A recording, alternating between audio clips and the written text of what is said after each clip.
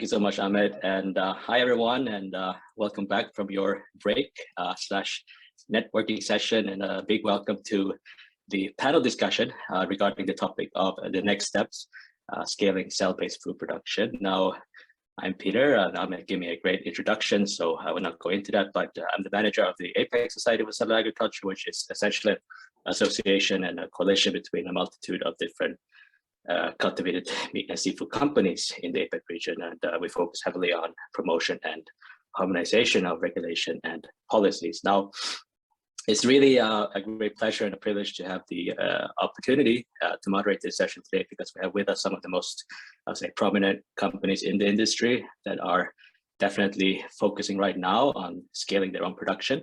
And I say in the recent times, we started to see, a shift from benchmark R&D into scaling, and there's definitely, much more to learn and many insights to draw from. And with us today, we have Carrie Chan, the CEO and co-founder of Avant Meats.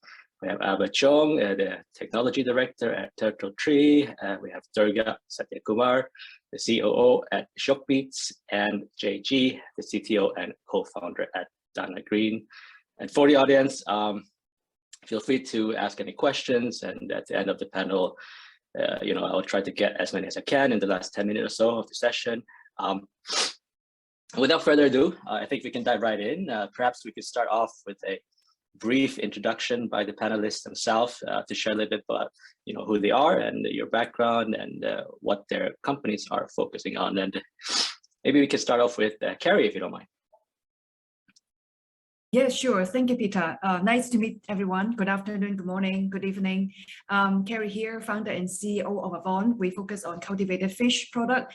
Started off in 2018, and we done a very significant cost reduction in the first 2 years. And then now already moving on to the production plan preparation.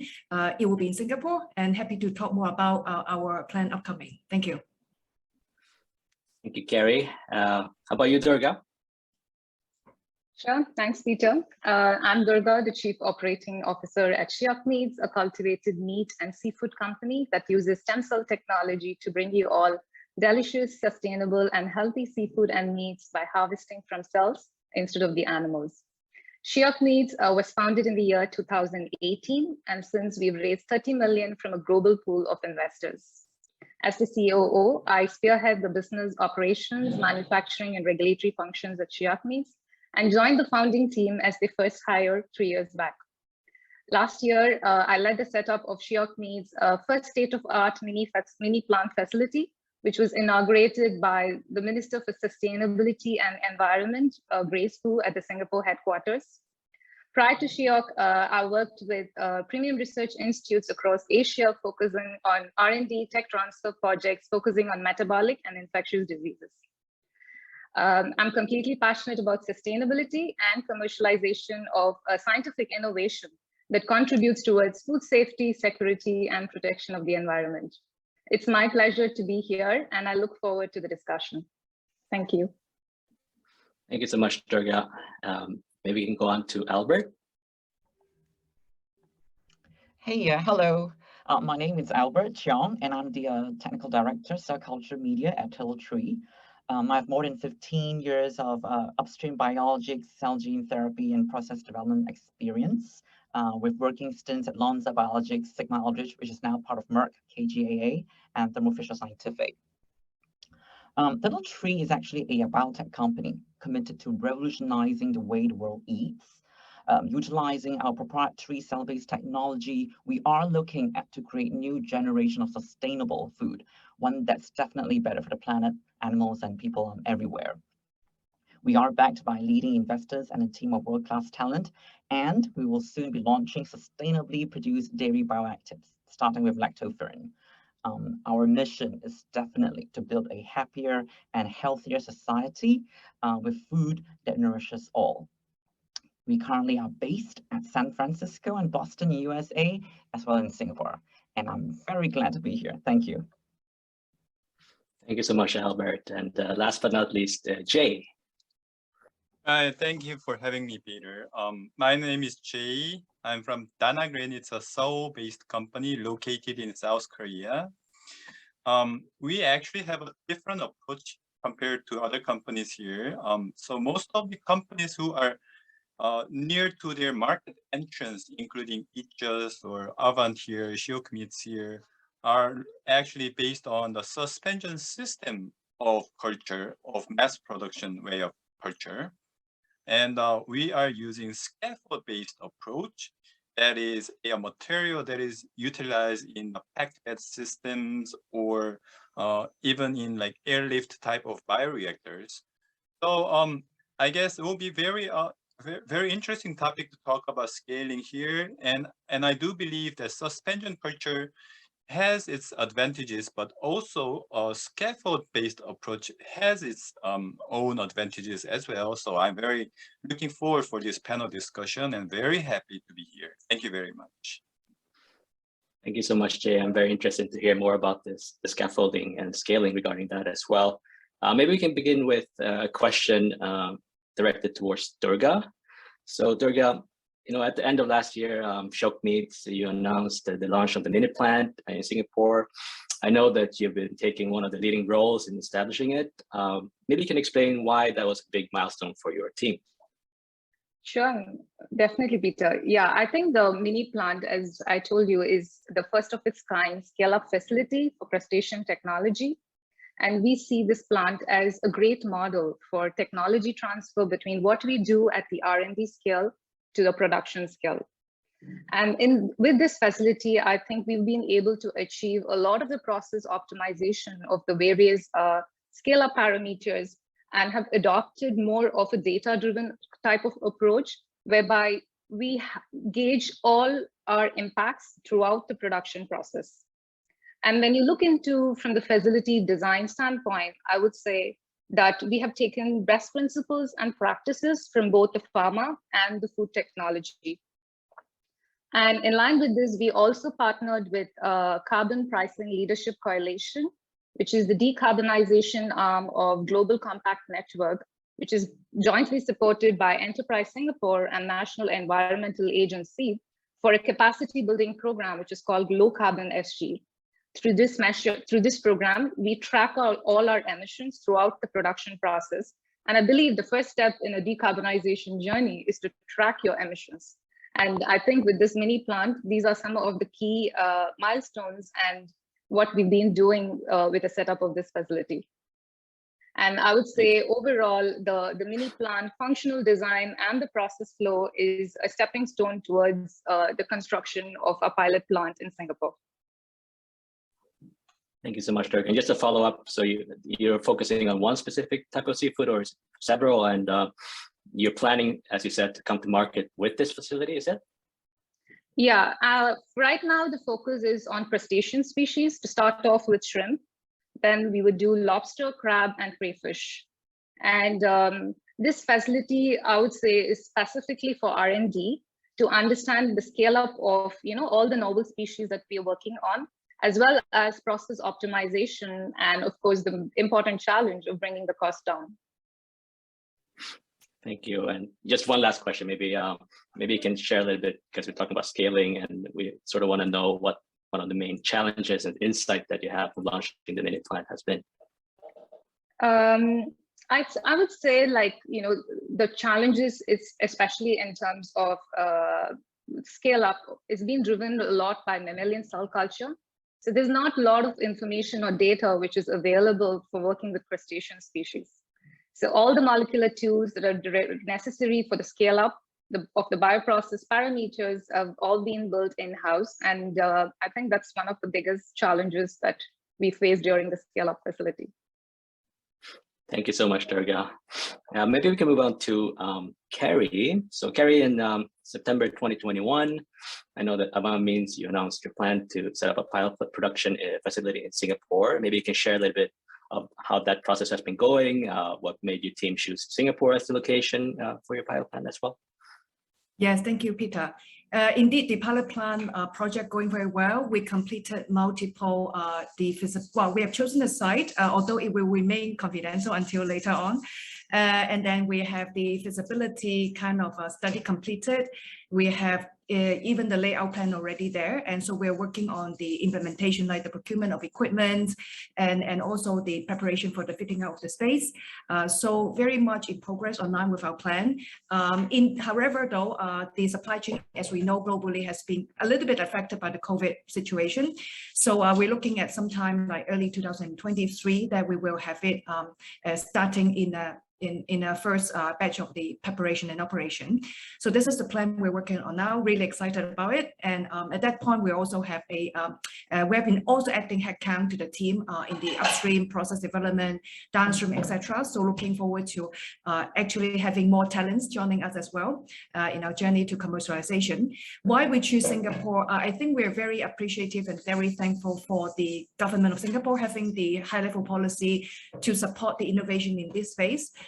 In terms of the regulation, as we know, it is still, as of today, it's still the only country have this regulation approving cultivated meat. So this is actually very important for us, and we do see that with our pilot plan, we can actually have more closer and actually physical and tangible kind of like a demonstration of our process to the regulator. It will help us to get to the approval, to the commercialization a lot more smoother, a bit easier. And on top of that, I would have to say that the infrastructure and ecosystem related to the bioprocess, talents, suppliers, and things like that is really, really good here in Singapore. So I think this is the major 2-3 reasons why we actually chose to do our pilot plan in Singapore here. Thank you, Carrie. And maybe you can share a little bit more about what Avant is focusing on in terms of production, what type of product you're producing through this plant. And you mentioned that you're planning to come to market from this facility as well, and you have a timeline on that. Yes, indeed. We focus on fish products, so anything commercially valuable fish products, ranging from fish fillet, which is more general, versatile in terms of different kind of menu, as well as Asian exotic kind of ingredient like fish maw, usually selling as a higher price, as well as we do have one product which is not in the food category, but can be used in the active ingredient in skincare products. So we have actually these 3 products in the pipeline, working, all coming out from our pilot plan. So this is our plan for the next 12 months. Okay, thank you so much, Carrie. Shall we move on to Albert? Albert, TurtleTree is one of the first companies to focus on cultivated dairy production. So how are the scaling, what do you say, are challenges different in comparison to cultivated meat production? Thank you, Peter, for the question. Well, we do seek to provide cell-based dairy products to the general public in 2 ways. That is to produce specific dairy proteins of interest for applications in the F&B industry using precision fermentation. And we also produce wholesome and nutritious cultured milk via mammalian cell culture. So definitely both processes require specific scale-up methods to produce these specific products. So we do use microbial hosts to express dairy proteins, and they are basically quite easy to scale, borrowing from technologies that have been well established for fermentation and to produce the food products and even drugs in the biopharma industry. On the other hand, however, scaling up for the cultured milk is quite different.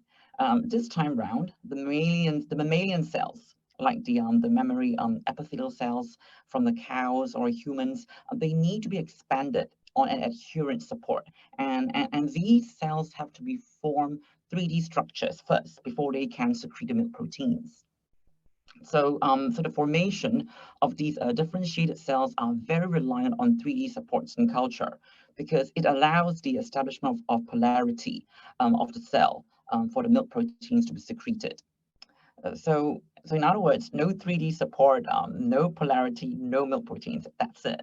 So that's quite difficult to create when you try to scale up for these cells. You definitely don't see such dependence on 3D support with polarity establishment in cultivated meat scale-ups. So the latter is definitely much more easier to scale. Thank you, Albert. And I think the natural follow-up to that question, how have TurtleTree tackled those challenges in terms of 3D support, and how your team have looked to address them? Right. Now, getting the memory cells to differentiate efficiently is a huge challenge for us. We are currently approaching this at different fronts. The 3D support required by memory cells are unique, and we are looking at incorporating ECM proteins that are also food grade. We are also looking at media development, as well as looking at customizing a bioreactor to provide it novel features that can increase the differentiation efficiency and growth in a much shorter period of time. In addition to that, we also need to induce them to lactate to produce the diverse profile of proteins, glycoproteins, and proteoglycans, sugars, etc. So identifying the various inducing agents and developing the whole process into a commercial scale context is also critical to our success. Thank you. And just the last question. So TurtleTree, you talked about the expansion in the US. Does your team plan to scale up in Singapore as well? Well, I'm glad you saw that, Peter. Indeed, we are refocusing our efforts and we are expanding. So we are refocusing our precision fermentation efforts at Sacramento in California, where we have a research lab looking at creating clones from different microbial hosts to express our dairy proteins of interest. And this is spearheaded by my colleague, Amanda Fisher, herself a veteran from Novozymes. We are also in the process of building a small-scale production plant around the area so that they can be tech transferred from R&D into the facility, and lactoferrin will be our first product. The dairy market is huge and much more well-established in the US, and that's why we decided to focus our precision fermentation efforts there. We have also just set up an R&D lab in Boston, USA, to look for novel ways to scale up the culture of these cells. And this is headed up by my colleague, Ben Clark. Now, setting up shop in USA is also quite ideal because there are plenty of experts in these areas to collaborate. And finally, in Singapore, the R&D lab here and a small group also in our Sacramento facility, we focus on the lactation cell biology, the proliferation and differentiation aspects of both bovine and human memory cells. And we are trying to make the processes more efficient through culture media and 3D support development. And from there, we would tech transfer it to our colleagues in Boston. Indeed, the team in Singapore and USA is expanding. So do you have anybody to recommend, Peter? Yeah, I think I have a lot of buddies I can recommend, but we can take that in a different time, perhaps. Thank you so much, Albert. I'll get back to you later on. Right. And Jay, I know that Dana Green is sort of focusing on the ancillary type of production for the cultivated and seafood industry. Maybe you can share a little bit, the support to the industry for the startup. As you scale the production in terms of for Dana Green. Oh yeah.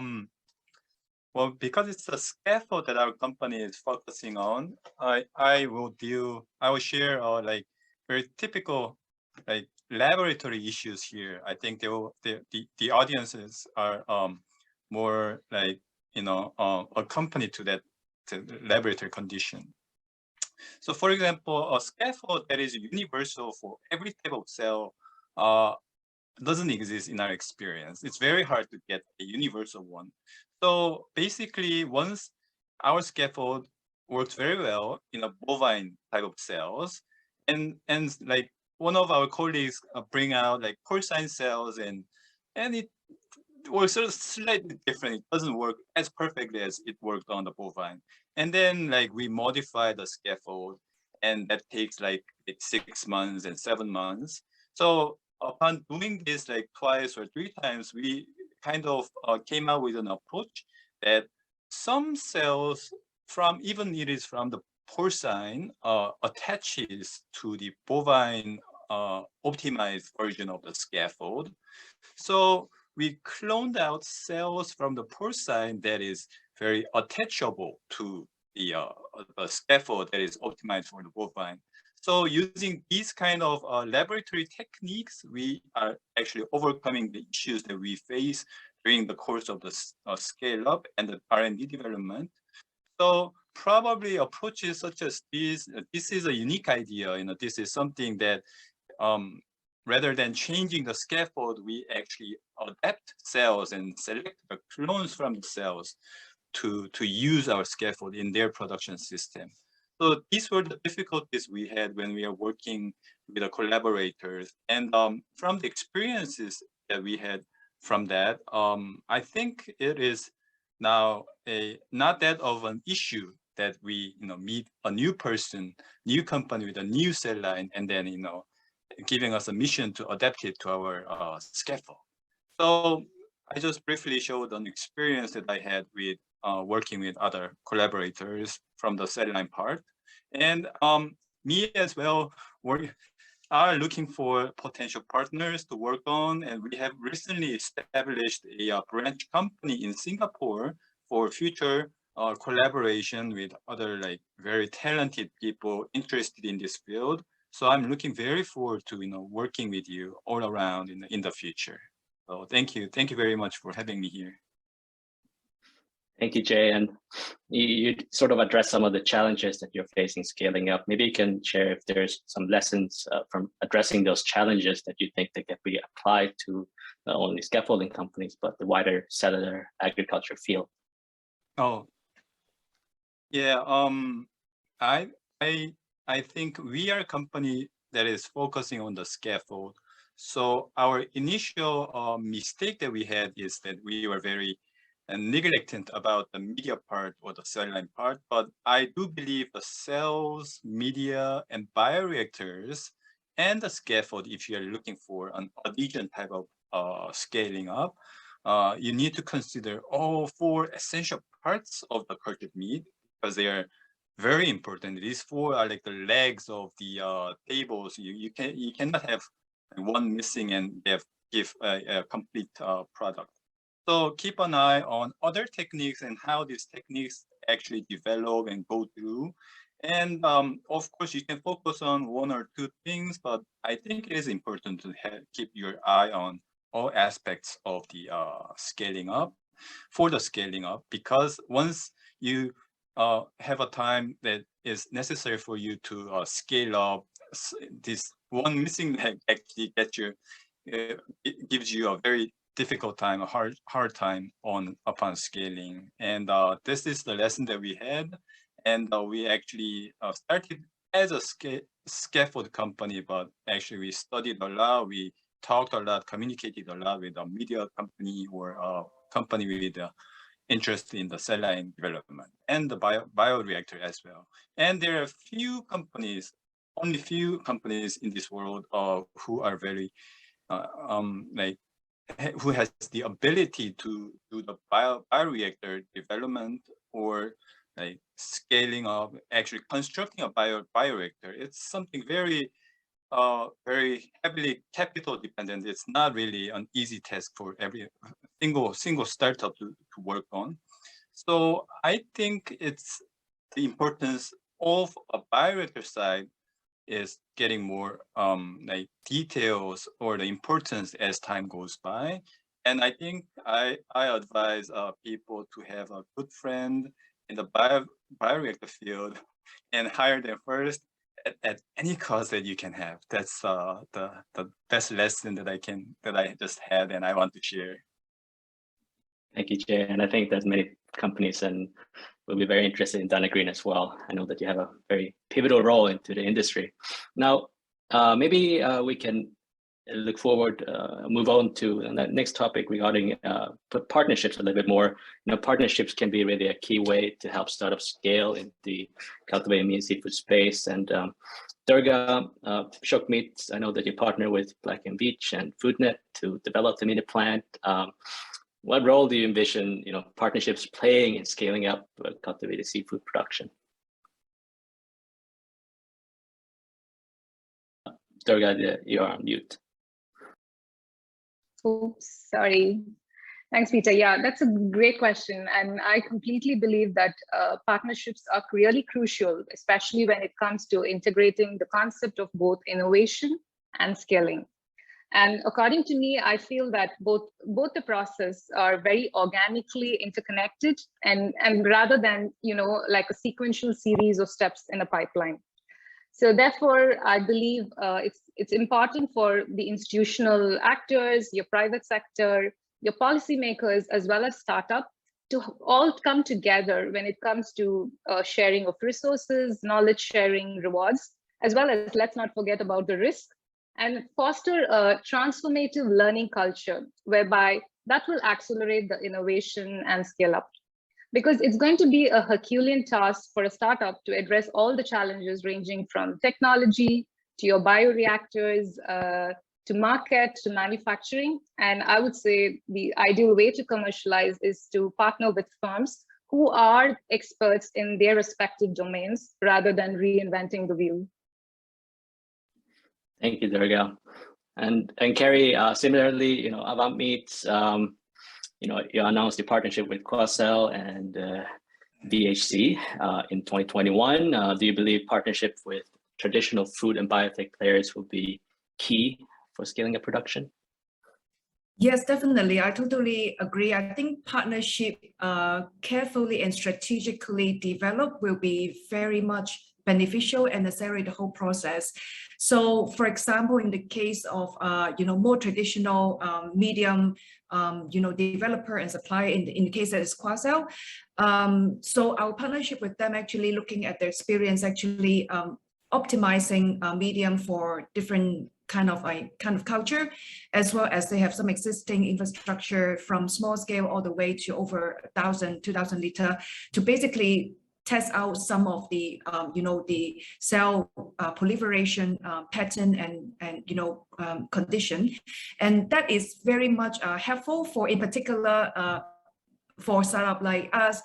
As we know, building out a pilot plant and, in addition to CapEx, money cannot even buy time. So some of these partners, they have space already there. They have actually facilities already there that accelerate the time aspect of that quite a lot. So I think that is very helpful in that regard.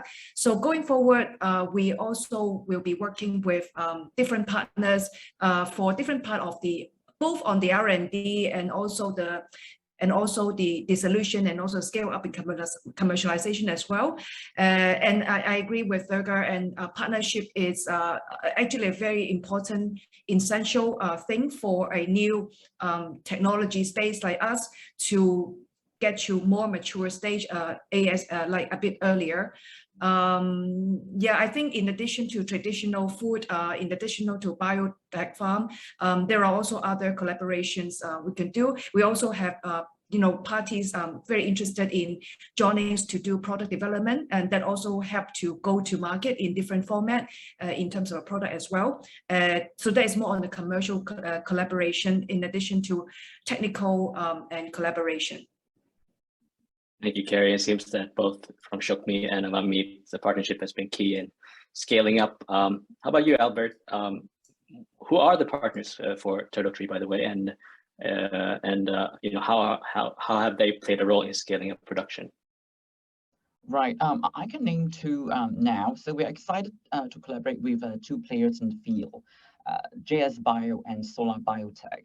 With JS Bio, we are working very closely with them on food-grade cell culture media to create our platform media for proliferation and differentiation, lactation, induction. They do have a great cell lag raw material supply network and media manufacturing capacities, which we could tap on when we are at the production stages for our memory and lactation processes. Now, for Solar Biotech, we are trying to use their green technology that utilizes solar power, recycled water, and CO2 biocapturing to be incorporated into a fermentation process and making it sustainable. I think this is important these days, that we need to think about our environment and nature when we start to scale up. I think no one can deny that the global climate has really changed compared to what we experienced like 5 to 10 years ago. And I'm very glad that TurtleTree has taken this into account as a corporate ESG-like responsibility. But nevertheless, keep your eyes and ears glued to our website, and we would be announcing some cool partnerships too, so stay tuned. Thank you, Albert. And I think, similar with what Durga mentioned early on, working on emissions and sort of recording that, I think it's very paramount for these type of companies that are very much aligned with the sustainability aspect, right? Jay, what role do you believe partnerships plays in developing cultivated food is for Dana Green? I know that Dana Green in itself is sort of a partnership-based company. Maybe you can expand a little bit on that. Oh yes. Partnerships with existing companies with like capital or like human resources. In our case, we have undisclosed company who is on our like deal to seek a way for a collaboration. So I will share the part that I can share about the technical thing, and I think this relates to the question that Leonard Shelter has asked on the Q&A panel. So we are working with a bioreactor company in Korea who is able to design in-house hardware and software as well. So it's a company which is able to make sizes up to 10K liter size of bioreactor. So these companies actually carve or design and like they forage metal pieces that go into the bioreactor. So this actually helps because we need to design new type of bioreactors sometimes, and these companies actually can do it for us. Of course, we pay kind of a lot for them, but anyways, it's a partnership deal. So actually, upon working with them, I saw the importance of a partner who can visualize our ideas that we get from the cultured meat side, because these are mechanics, they are engineers who has been working on different side of the field. So this combination of two companies or two group of research teams that have a different background, that is very important. And upon working this is a question that relates to the Leonard. We do have software especially designed in-house to control these bioreactor, a single bioreactor that's a laboratory scale, 10 liter size. We had no difficulty running that. It's a single machine. There isn't that much of difficulty there. But imagine, think of that you have like 100 bioreactor running in your facility. You have like 1,000 in the future, right? Then questions arise. Are they going to be synchronized? If one machine goes, goes bad and inside there's something, that problem occurs, and is it rapidly reported, and is it like harmonized in the central control system? So one of the partner companies that we are in talk actually is working on the small sensor-based chips that can be attached on the surface of a bioreactor. So it's every single bioreactor has its own movement or the heat that it produces, and this small sensor and this wireless device gets the energy from it, and actually it doesn't require lots of electricity because it can just, what it needs to do is just sense if the machine, the device, but the bioreactor that is attached to works normally, and it reports on a wireless system. So the central computer, the computer system actually receives the signal to monitor like 100 or 10, like, thousands if possible, right? So when we are dealing with these kind of scales, I think it is important to have a software that is more efficient, more safe, more reliable. And at this stage that we are facing, it's a single machine or like 2 or 3 machine based like scale. It isn't really necessary. But I think in the future, when our step in the scale up goes a little higher, a little further to the final stage, I think it is uttermost importance that you have a very talented software team to design a specific, probably a software or an entire system that I have just mentioned, the wireless sensor related system. You need a controlling software for that as well. So I think these kind of things will get more importance in the future as our scale goes, higher to the central, to our final goal. Thank you, Jay. Maybe we can move on to specifically Singapore, following the first regulatory approval in Singapore at the end of 2020, many cell ag startups have shared their interest of setting up base in Singapore specifically. Maybe you can start with Carrie.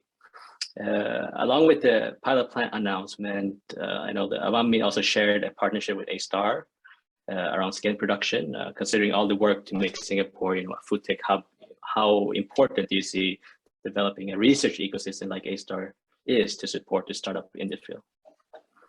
Yeah, thank you, Peter, for the question. We actually look for collaboration partners. We look at their what they can bring to the table, obviously, and what may be of interest to them. And in the more like academic or scientific kind of collaboration, usually it requires a little bit kind of luck, what the company needs in terms of partnership and what the research team already have some kind of like in-depth expertise and research experiences. So in this case, we are very happy, and I think that it is relatively lucky that we partner up with A-Star BTI, the Biotechnology Institute. They focus a lot on the bioprocessing. So their team of the scientists has been working on different aspects, be it in the more other like medical field, like cell therapy and other things. They have been working on different topics and different aspects of how to improve and optimize bioprocesses. So the team of scientists has a lot of, experiences in different kind of like question and synopsis and data and things like that. So what we work with A-Star BTI is actually doing a more like the process optimization, looking at a little bit more on the feeding regime, on the medium, etc., etc. So leveraging on their team of scientists' experiences, as well as the analytical method they use, which we find very beneficial and definitely helping us to again accelerate a little bit of process here, because obviously some of this analytical method and analysis and discussion, of course, our team can actually do the literature research and do our own kind of like a activity and experiment to do that, but having someone who can already contribute upfront, what they have done and what they could share is very helpful and accelerate the process a lot. So I think I see that A-Star has a lot of different units under A-Star. So this is only one unit. They also have other units. Indeed, we have been exploring different other collaboration within A-Star and also other research institutes / universities in Singapore and beyond for collaboration as well. So on that part, it is very much helping us on the scientific, the technical exploration part to get us to figure out our kind of like some of our research question a little bit faster and earlier than if we do it alone. So yeah, this is a very helpful kind of a setup here. Thanks, Carrie. And Durga, how has your team seen the Singapore ecosystem grow over the last few years, and are you seeing more of a focus of helping companies now scale production to reach the next level? Yeah, I completely agree with Carrie. I would say over the last 3 years, Singapore is definitely forward thinking and is taking a progressive approach, especially when it comes to novel foods. And we have the top public research institutions and initiatives. They've been all mobilized, which includes your Future Ready Food Safety Hub, which plays an important role when it comes to regulations, understanding what needs to go into your dossier preparation and your literature searches. You have the Singapore Food Story R&D program that helps with a lot of safety assessments as well. And we also have the recently launched Crisp Meat Center for Innovation, which is for sustainable banking and production of cultivated meats. I think with all of these entities all coming together, this is significantly increase your understanding of the novel food ingredient discoveries that has been there, your food processing techniques downstream. There's a lot of more downstream food production platforms that has been established recently, where startups can go do their downstream development after the meats are produced. Also accessing what is the public health benefits of cultivated protein, more onto the consumer approach, where a lot of academic institutions are taking initiatives to know what is the consumer perceptions about, cultivated meat, seafood across Singapore, and also offering a lot of hands-on technical expertise to food businesses. So I think it's overall in the last 3 years, we see a rapid development in the ecosystem. Thank you, Durga. Maybe quickly, I know that Shiok Meat also acquired Gaia Foods not too long ago. Maybe you can share really quickly about if the scaling challenge is similar to what you see with Shiok Meat. Yeah, as you see, the scaling challenges is different because Gaia Foods focus more on beef steaks and pork chops, which is more of a mammalian cell type rather than crustaceans, which is more to do with very close to invertebrates. And therefore, the nature of the cell, the species, and the complexity of what you deal is different.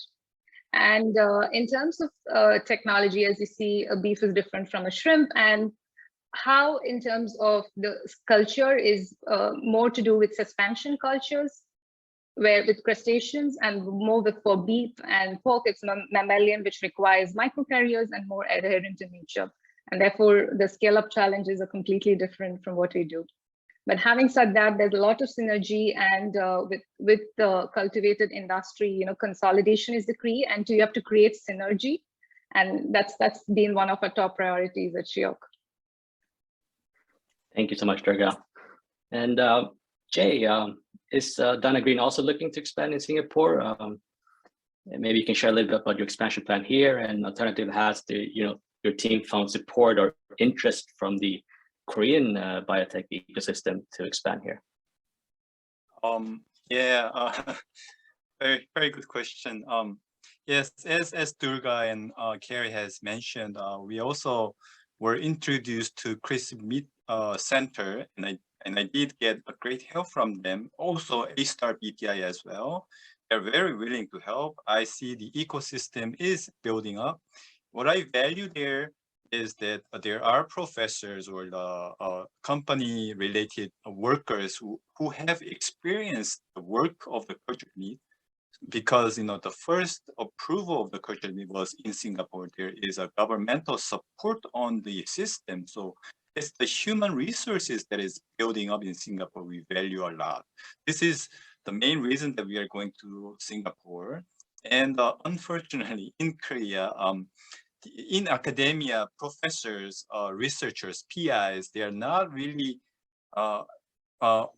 like that interested in cultured meat compared to the Singapore. So it's a beginning. So I see, well, honestly speaking, it's about like a 3 year of difference, 3 years of experience that Korean scholars are, they're behind the back. to straightforward talking. So anyways, yes, I see the importance that we are going to Singapore is to go and like work with people, the research team already existing there on the cultured meat related collaborations, and as well as hiring people who have experiences related to the cultured meat from their graduate school like years. And I think this is the most important factor that we are going to Singapore. And in Korea, it's developing. It's a company with actually there are bioreactor companies in Korea. There are like Samsung Biologics or Celltrions. They are big CDOs in the field. There are people who are trained in operation of the bioreactor. There is plenty. I do believe there is plenty in Korea. We do have no difficulty acquiring them or hiring them, but those who have experiences related to cultured meat is still rare in Korea. I think Singapore and other countries, not in Singapore, I think it's, I think it's similar. So Singapore is becoming the hub. I do admit it's the ecosystem is building up. It's the most advantaged place if you are working with a cultured meat. And yes, that's why we are going to Singapore. And, hooray, Singapore, yes. Thank you so much, Jay. And last but not least, Albert, considering the TurtleTree is based in both Singapore and in the US, do you see any unique scale-up challenges in Singapore compared to California operations, and how is your team addressing those? I think having a team here in Singapore is ideal because the country is so receptive to cellular agriculture. The Singapore government has been really supportive in food tech innovation, provided many resources for homegrown startups, like what the other panelists has alluded to, for us to thrive. And I think this also works well because our national movement to rely mostly on sustainable agriculture and technology is by 2030. So all of us here in a panel have a very tight timeline, Peter. But jokes aside, Singapore also has the most progressive regulatory approach, and I'm sure the whole panel will agree with me. I mean, we have been working with A-STAR and the Singapore Food Agency as well to build an ecosystem that will benefit the whole industry. And that's why you see my colleagues in this panel here setting up shop here too. So the ecosystem to support the industry is very excellent here, which you still can't find anywhere else. And if there's a need to expand and scale up here in Singapore from the US, the team here would definitely be able to set it up with minimal hurdles to speak. Now, another thing that we are looking at is to make fermentation and cell-derived foods to be more widely accessible. So that translates to installing much more manufacturing capacity globally and in a way that's more cost-effective. And this we're collaborating with Solar Biotech comes in. Another point we do work on is a workforce development. Jay did insinuate regarding the human factor here in Singapore, and indeed, I think this is critical, and we should be full on to support local academic programs in a CELAC area with course content, student mentorship and instruction by working closely with GFI and NUS and NTU on their local master's programs in food technology and the like. Thank you so much, Albert. I see that Ahmed has been texting me, so I think we are running out of time. So Ahmed, why don't you come in and close up? Thank you.